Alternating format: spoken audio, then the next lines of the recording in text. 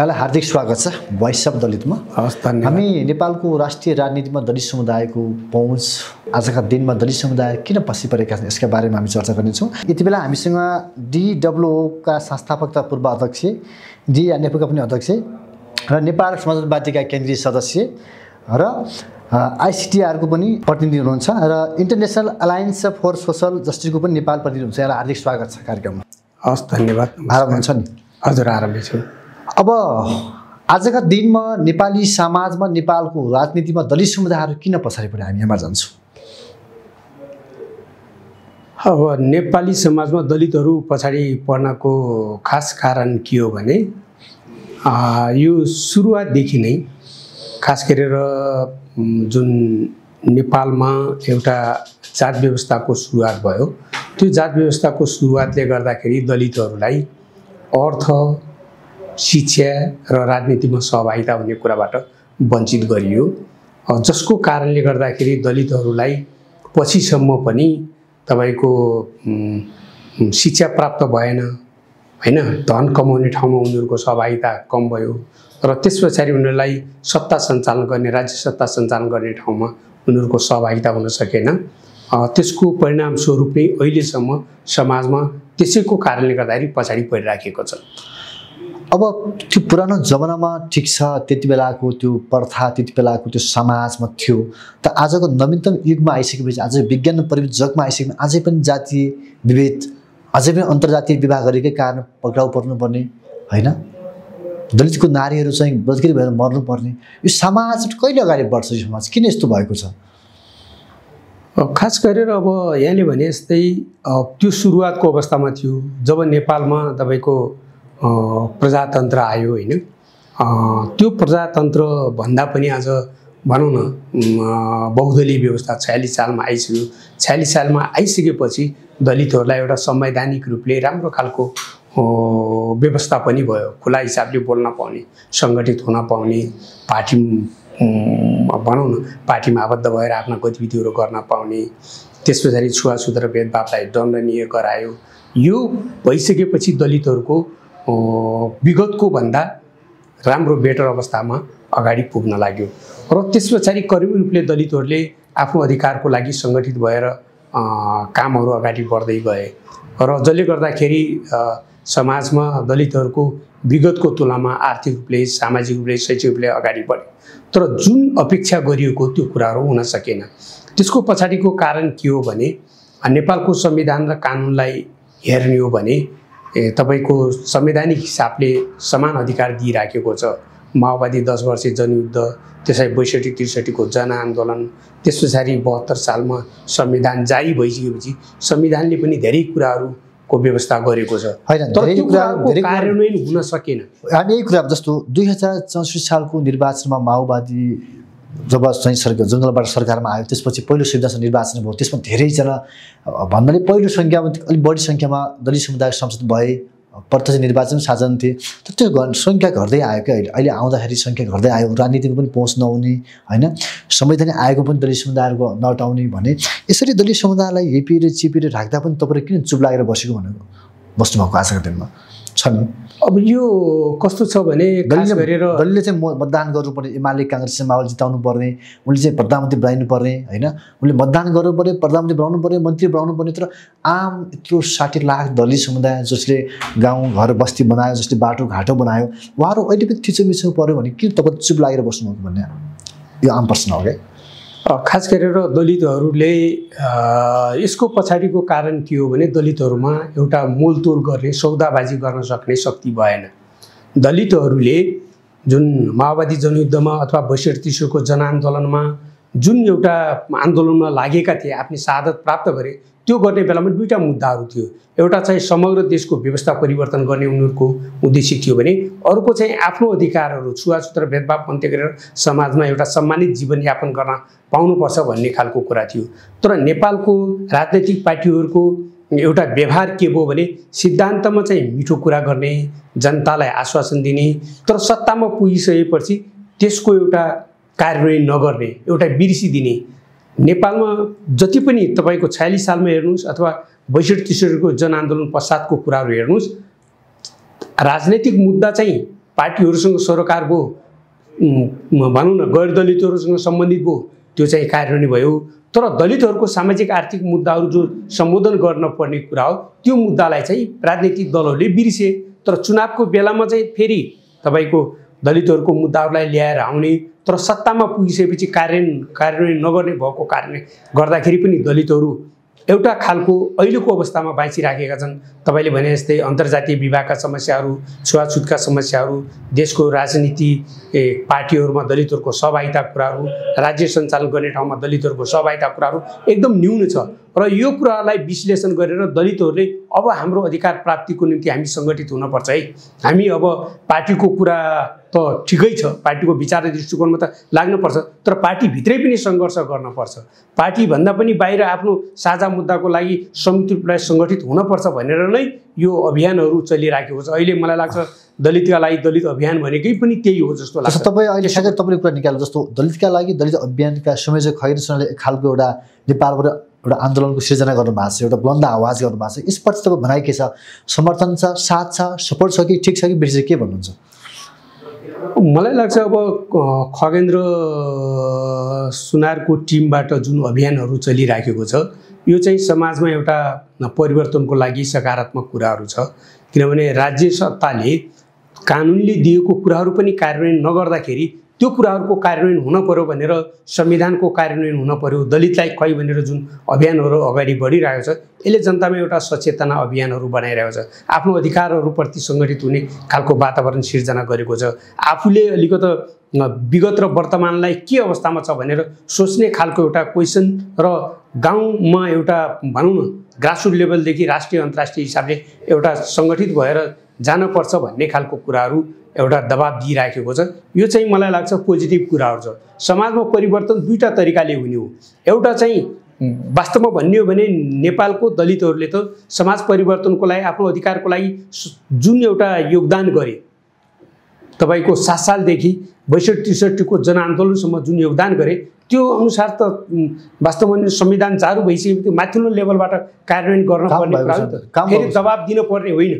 तर पार्टीहरूले त्यो कुरालाई बिर्सेको कारणले अब जनताले फेरि आफ्नो अधिकारको लागि दबाब दिनुपर्ने अवस्थाहरू आयो, जुन एउटा दलितको लागि दलित अभियानले जुन कामहरू गरिराखेको छ सकारात्मकै छ। यहाँलाई यसरी भनौँ, जनयुद्ध काल भयो नेपालमा सबैभन्दा बढी मर्ने दलित, नेपालमा सबैभन्दा बढी दलितको रगत बगेको छ जनयुद्ध कालमा यो व्यवस्था ल्याउनमा भने। अनि सङ्घीय राज्यमा देश गएको छ, 7वटा प्रदेश छ, 7वटा प्रदेशमा एउटा पनि दलित मान्ने छैन, मुख्यमन्त्री भन्न सकेन क्या, एउटा पनि मान्ने 7वटा प्रदेश एउटा मुख्यमन्त्री हुन सकेन भने यसरी देश चल्छ।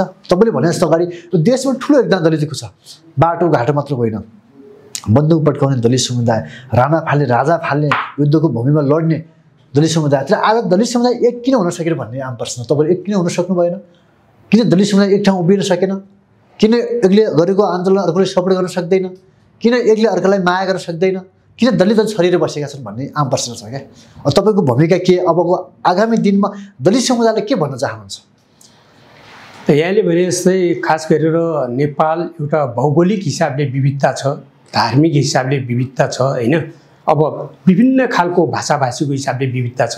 यो विविधता भनेको देशको एउटा सम्पत्ति हो, प्रोपर्टी हो। तर यो सम्पत्तिलाई सही मानेमा परिचालन गर्न नसकेर नै नेपाल अहिले यस्तो गरिबी अवस्थामा छ।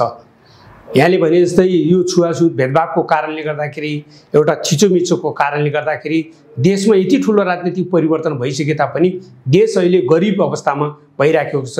लाखौँ युवाहरू विदेशतिर जान पर्ने अवस्थाहरू छ। तपाईँको अहिले भनौँ न हजारौँ हेक्टर जमिनहरू सुक्खा बाँझो अवस्थामा छ। देशमा आफ्नै उत्पादन केही छैन। जुन बाहिरबाट जति पनि आयात गरियो सामान त्यसैमा एउटा निर्भर रहिराखेको छ। एउटा बिचौलिया अथवा कमिसनको हिसाबले मात्रै देश चलिराखेको छ। आफ्नो उत्पादन, आफ्नो स्ट्यान्ड भन्ने कुराहरू छैन। त्यो कारणले गर्दाखेरि देशमा अहिले तपाईँले हेर्नुभयो भने गरिबी कति पर्सेन्ट छ? नेपालको गरिबी तपाईँको 24% हुने बेलामा दलितहरूको गरिबी 42% छ। भूमिहीन दलितहरू छन्। दलितहरूको परम्परागत सिपहरू तपाईँको लोप भएर गइराखेको छ। तपाईँको विश्वव्यापीकरणले उनीहरूले अहिले प्रतिस्पर्धा बजारमा गर्न सक्ने अवस्थाहरू छैन। तपाईँ अहिले हेर्नुभयो भने भनौँ न विद्यालयहरूमा त्यस्तै खालको अवस्थाहरू रहिरहेको छ। त्यो कारणले गर्दाखेरि देशलाई आर्थिक रूपले अहिले हाम्रै देशको तुलनामा अन्य देशहरू कहाँ पुगिसके, विकासको हिसाबले कुन ठाउँमा पुगिसके। अहिले पनि हामी एउटा सामन्ती अर्ध सामन्ती व्यवस्थामा भइराखेको छ, जबकि अहिले विश्वमा एउटा पुँजीवादको उच्चतम एउटा विकास भइसक्यो। मान्छेले कयौँ टेक्नोलोजीहरू विकास गरिसकेको छ, तर हामी अझै पनि यस्तै खालको सामान्य एउटा जीवन गुजारा गर्नुपर्ने अवस्थामा रहिराखेका छौँ। यो प्रतिफल हुनुको पछाडिको कारण के हो भने यही समाजमा असमानता हो।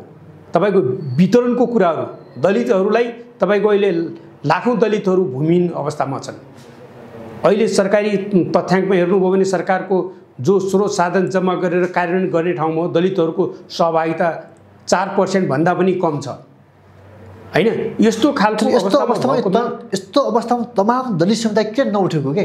यस्तो अवस्था हुँदाखेरि मैले अघि पनि भने नि, यत्रो आम दलित समुदाय छ नेपालमा जसले दुःख गरेको छ, तर पनि उत्पीडनमा छ, अत्याचारमा परेको छ, समस्यामा परेको छ, र यस्तो मुद्दा उठेको बेला किन दलित समुदाय एक नहुन खोजेको के? एक नहुने अब यहाँले भने जस्तै दलितहरू एक पनि भएका छन्, सङ्गठित भएर प्रतिरोध पनि गरिराखेका छन्, अगाडि बढिराखेका छन् दलितहरू। यो यति ठुलो समस्या यस किसिमको राज्य संयन्त्रबाट नै एउटा नियोजित तरिकाले शोषण गरिराखेको समाजमा एउटा खालको भनौँ न त्यत्रो खालको असमानता विभेदहरू अहिले पनि खाडल छ भइराखेको बेलामा दलितहरूले ठाउँ ठाउँबाट तपाईँको सङ्गठित भइराखेको छ। अहिले भनौँ न तपाईँहरूको दलितका लागि दलित अभियान यही हो, गोलमेज सम्मेलन यही अभियानकै हिसाबले हो। अन्तर्राष्ट्रिय हिसाबले तपाईँको तमाम संस्था, इन्टरनेसनल कमिसन फर दलित राइटले काम गरिराखेको छ, तपाईँको इन्टरनेसनल एलायन्स फर सोसल जस्टिसले काम गरिराखेको छ, नासोले काम गरिराखेको छ, ग्लोबल फोरमले काम गरिराखेको छ, एडवान्स जस्ता संस्थाहरू अन्तर्राष्ट्रिय हिसाबले सङ्गठित भइराखेका छन्। नेपालमा तपाईँको भनौँ न तपाईँका विभिन्न खालका सङ्घ संस्थाहरूले दलित गरिसकेका संस्था महासङ्घ लगायत सयौँ संस्थाहरू क्रियाशील भइराखेका छन्, हैन? पार्टीमा पनि राजनीतिक दलका व्यक्तिहरूले उठाइराख्नु भएको छ। तर यो कुरा के हो भने हाम्रो समस्याको तुलनामा यो एउटा कहिलेकाहीँ के हुन्छ भने एउटा रियलाइजेसन गर्ने, पहिला चाहिँ मुद्दालाई बुझ्ने विश्वास थियो नि त, पार्टीले गरिदिन्छन् भन्ने विश्वास थियो, भइहाल्छ बिस्तारै हुन्छ भन्ने खालको कुराहरू थियो। अब यस्ता खालका कुराहरूलाई तपाईँको बुझेर अब मान्छेहरू अगाडि बढ्दैछन्, अब कसरी जाने भन्ने खालको अहिले पनि कारणले गर्दाखेरि प्रतिरोध भएको छ, नभएको होइन। अहिले पनि समाजमा दलित समुदाय र अरू समुदायबीच खाडल छ, असमानता छ। यहाँले अघि भन्नुभयो अहिले विश्वका केही देशहरू अन्तरिक्षमा प्रवेश गरे, विज्ञान प्रविधिले फड्को मार्यो कि अमेरिका, नर्वे, जापान, थाइल्यान्ड सबै देशहरू यति अगाडि बढ्यो। त नेपालमा अहिले पनि अन्तर्राष्ट्रिय विवाह गरेकै कारण नवराज बेकाहरू मर्नुपर्ने, सेतो दमेहरू, होइन? अनि तपाईँ देख्नु भएको छ नि त, यस्तो व्यवस्था यस्तो जर्जरबाट कहिले समाज अगाडि बढ्न सक्दछ त? अब त्यसको लागि त खास गरेर के हो भने हाम्रो एउटा समाजमा एउटा बलेको आगो ताप्ने कुराहरू हुन्छ। दलितहरू भनेको यस्तो अवस्थामा छन्, साँझदेखि भनौँ बिहानदेखि साँझसम्म माग्ने अवस्थामा छन्।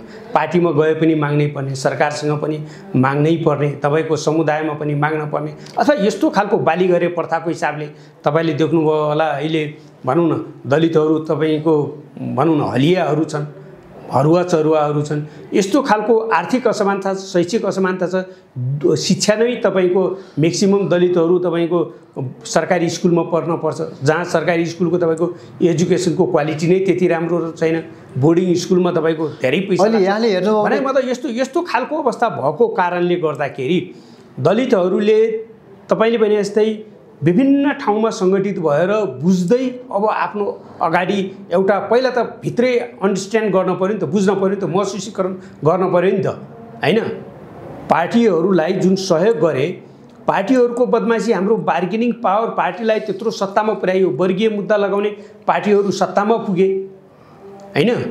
एमाले, काङ्ग्रेस, माओवादी सबै सत्तामा पुगे। जन्मजातै छुवाछुत र भेदभाव गर्दैनौँ भन्ने काङ्ग्रेसहरू सत्तामा पुगे। वर्गीय हिसाबले जन्मिन साथ छुवाछुत र भेदभाव असमानता अन्त्य गर्नुपर्छ भन्ने एमाले, माओवादी सरकारमा पुगे।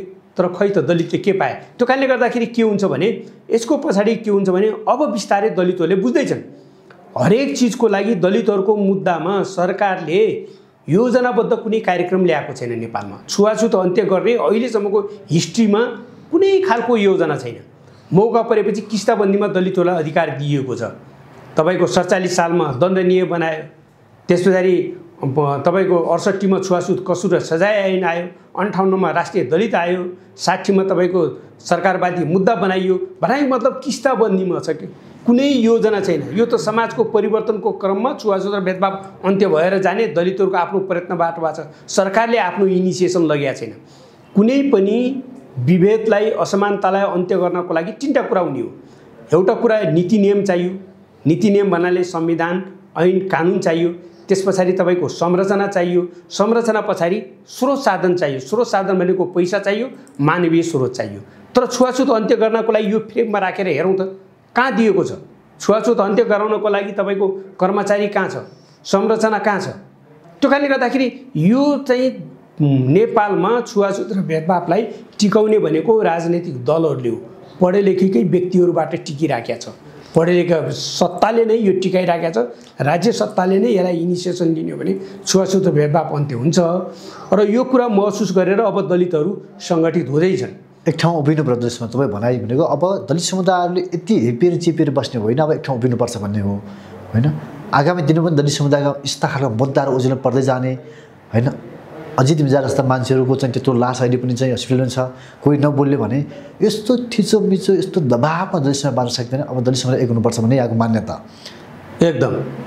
म यहाँले भने जस्तै कस्तो हुन्छ भने समाजमा त म त एकदम पोजिटिभ छु।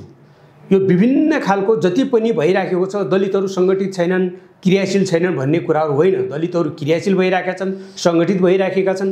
कुनै पनि आन्दोलनको पहिला चाहिँ मुद्दा क्लियर हुनपर्छ।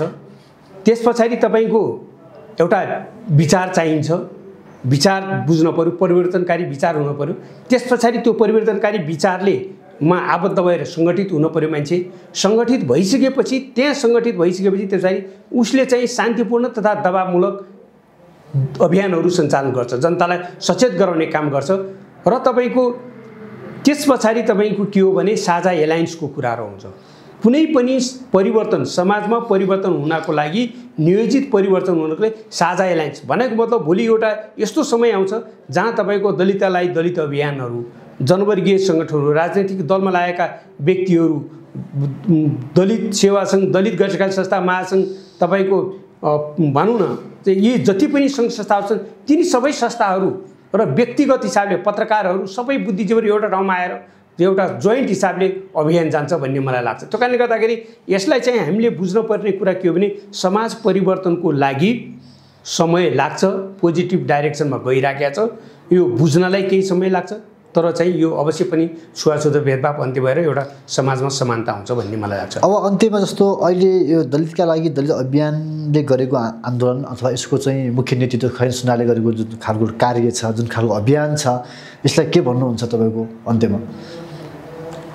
हेर्नुहोस्, अब यो अभियान एकदम पोजिटिभ छ, राम्रो छ होइन। सङ्गठित हिसाबले अगाडि भनौँ न दलितहरूको मुद्दामा एउटा प्रष्ट हिसाबले अगाडि गइराखेको छ।